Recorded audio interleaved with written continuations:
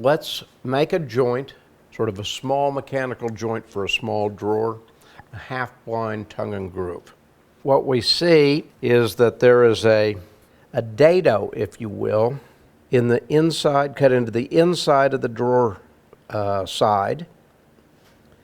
This cut right here, that's an 1/8 by an 1/8. A standard curved table saw blade is an 1/8 of an inch thick, so that is made with a single pass on the table saw right here. The second cut is on the drawer front, held on the end, and a dado is cut, just like I'm sketching with a pencil. So that's cut number 2. And then cut number 3, cut number 2 forms this tenon. Cut number 3 reduces its length to an 1/8 of an inch.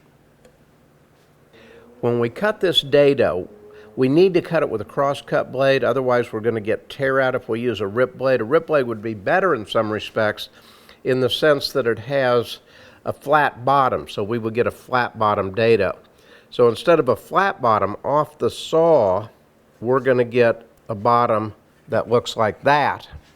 And so then what we're going to do is we're going to take an 1/8 inch wide cutter in a miniature router plane and just go ahead and touch up the bottom of that dado and make it flat bottomed. So let's go ahead and cut some wood.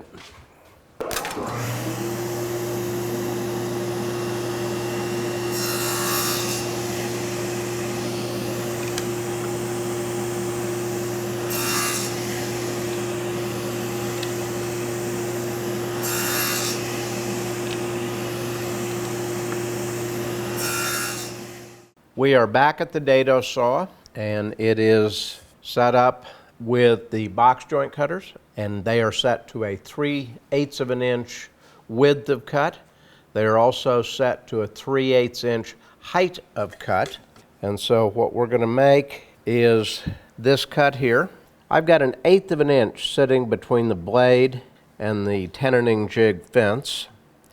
That means the drawer front is going to need to be to the outside, to the left.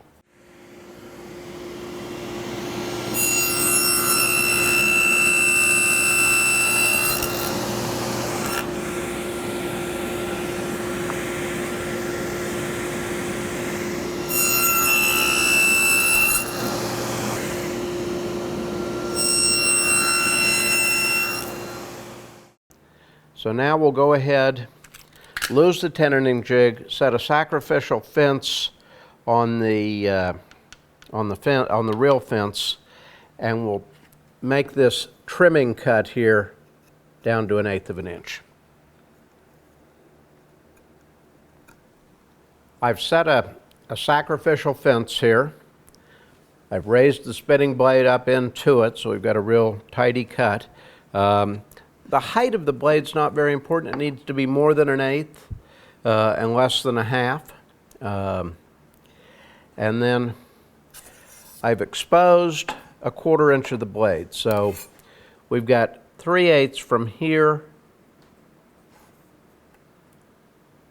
to here. And I've got an 1/8 from here to here. So I need to remove a 1/4. That's that 1/4. And that's how I've set it up.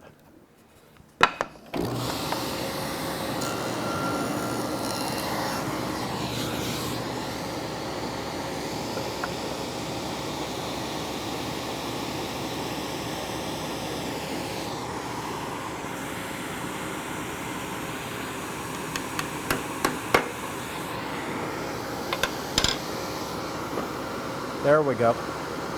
Bottomed here, bottomed here.